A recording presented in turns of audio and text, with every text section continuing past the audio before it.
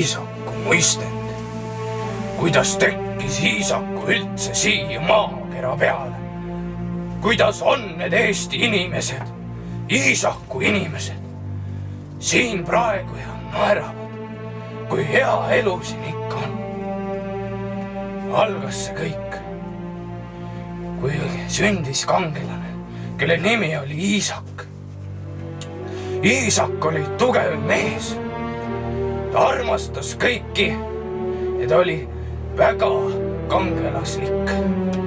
Ja minu vana isa, ma armastasin teda, kuigi ma ei elanud, aga ma ikkagi armastasin teda.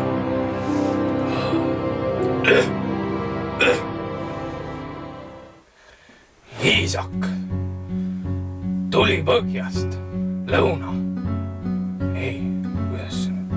Ei, ta tuli idast, läks läände.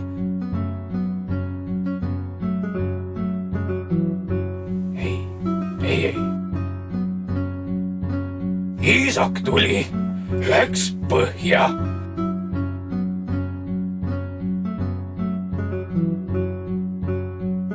Ja siis läks lõuna.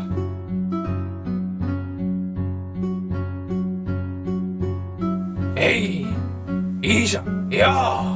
Iisak tuli, põhjast läks kakku ja kagust põhja ja.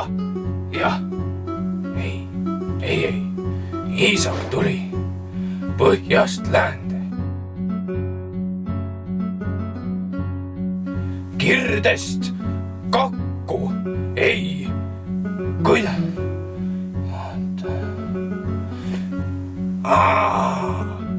Lõunast põhja, jah, lõunast tuli Iisak põhja.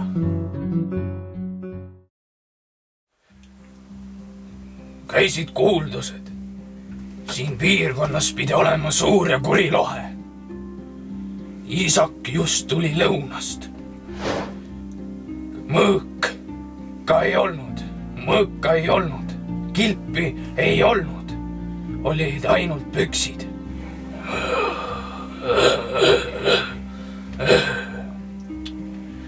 Tal ei olnud mõõka, tal ei olnud kilpi, tal ei olnud isegi särki, ainult püksid olid jalas. Inimesed nägid seda kangelast, karvane rind, mehelikud musklid ja malbe romantiline hääl. Inimesed vaatasid. Ei, sina seal, kes sa siuke oled? Iisak vastas kõval häälel, mina olen Iisak.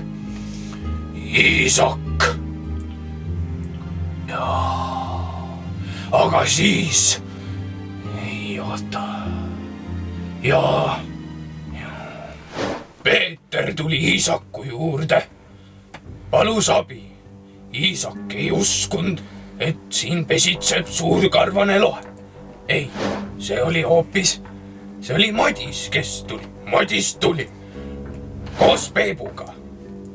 Ja Peebul oli särk. Aga Madisel ei olnud särki. Särki ei olnud. Aga igatahes lõpuks Iisak võttis ja hakkas laulma. Ta laulis Leilale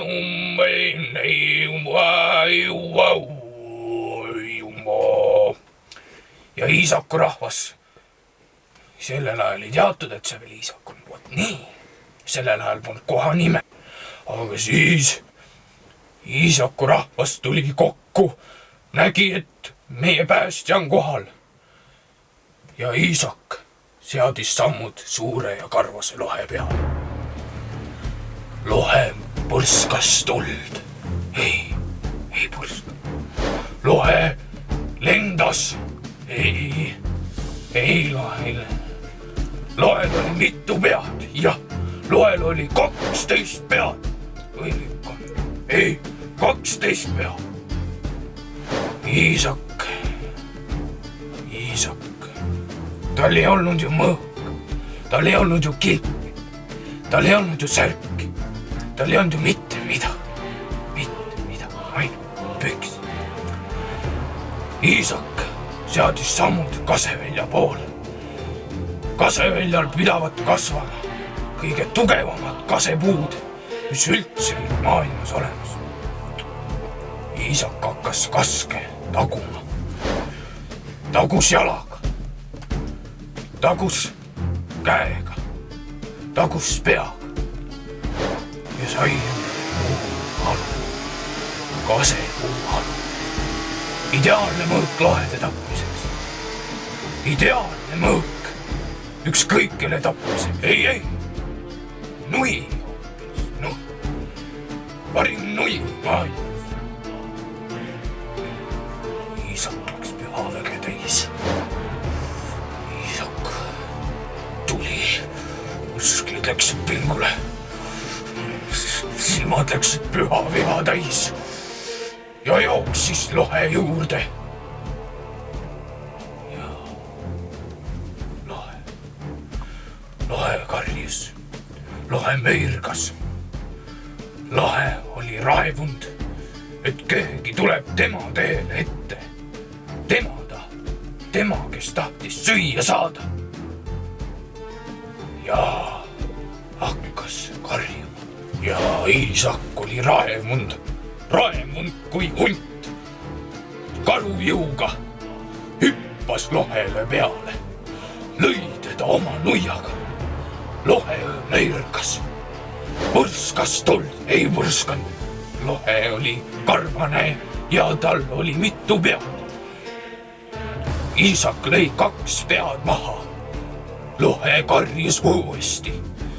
Iisak sai hammustada. Verd lendas.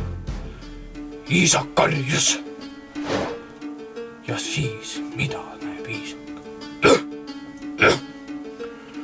Rahvas tuli appi Iisakule. Rahvas karjus. Me päästame su vapper rüütel. Meie päästame su vapper rüütel.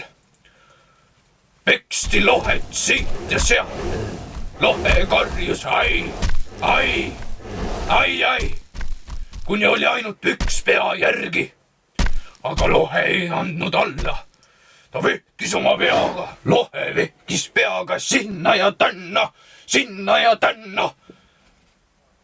Iisak vaatas muheledes puust tehtud tugitoolil.